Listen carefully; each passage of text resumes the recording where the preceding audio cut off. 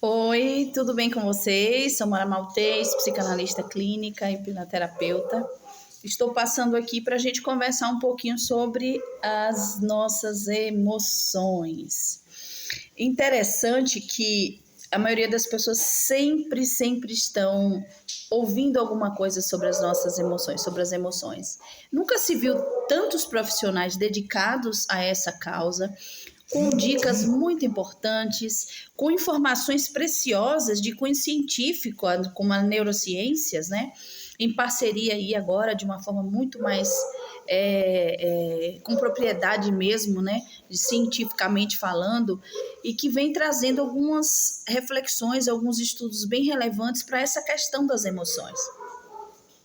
Mas para a gente na prática, no dia a dia, por que diante de tantas informações preciosas, diante de estudos tão valiosos, por que a gente ainda tem essa grande dificuldade de lidar com as nossas emoções? Porque lidar com as emoções é trabalhar elas na nossa convivência com elas. Imagine vocês, quando a gente tem um relacionamento, a gente tem um relacionamento de convivência com uma determinada pessoa, um estilo de vida, né?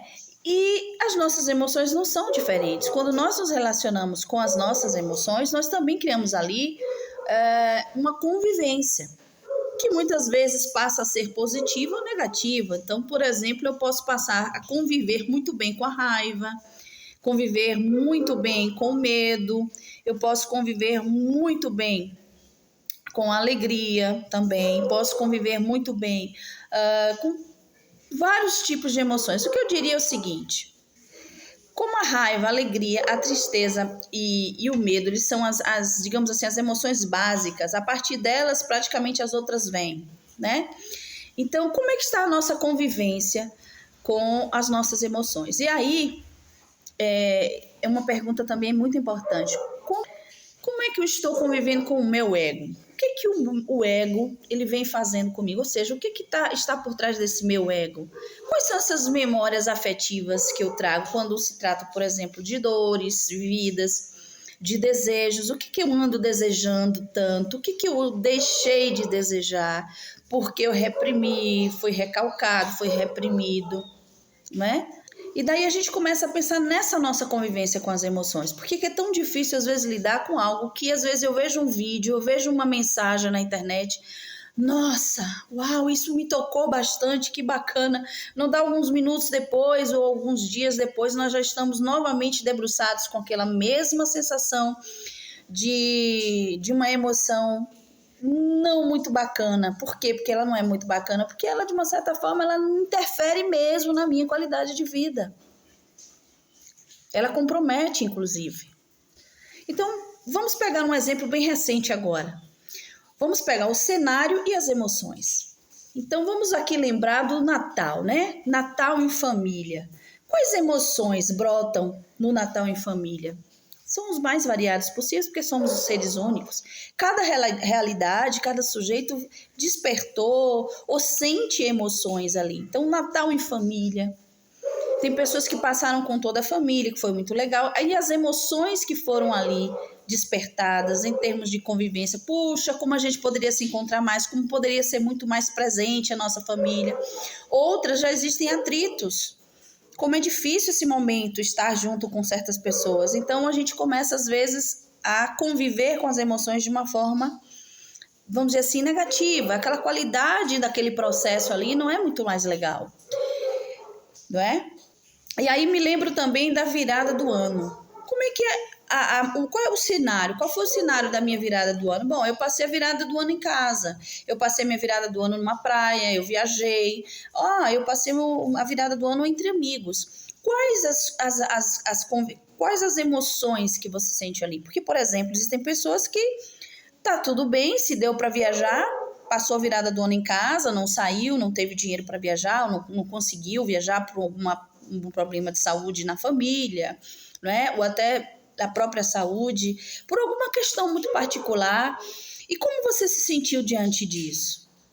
né? Quais foram essas emoções? Por que só se você viajar, essas emoções deveriam ser, por exemplo, de alegria, de prazer e assim por diante? Por que se você estando em casa você não teria a mesma alegria e prazer? Por que você está com sua família e você precisa ter essa necessidade de estar no meio de outras pessoas, de muita gente o tempo inteiro? Então, essas emoções é que a gente precisa começar a administrar, tá bom? Esse cenário e essas emoções é que interessam para mim, para eu poder começar o trabalho sobre mim mesma. E ainda eu preciso observar quais são os sintomas, né? Por exemplo, eu senti raiva, eu senti medo, tristeza, alegria, né? Sensação de abandono. Eu tive a perda, um luto muito recente. Como é que foram essas emoções nesse sentido, nesse contexto dessa perda? Como é falada, como é que se processa as minhas emoções quando, por exemplo, eu lembro de algumas vivências da minha infância, da minha adolescência? Como é que estão as minhas emoções quando um trauma aconteceu ou acontece, ou um gatilho me faz lembrar de um trauma? Como é que está isso? Quais são as neuroses que eu venho alimentando? Quais são medo de alguma coisa, medo excessivo? Enfim, quais são esses sintomas que, de uma certa forma, eu estou convivendo, trazendo para a minha convivência e, muitas vezes, fazendo questão de que permaneça ali.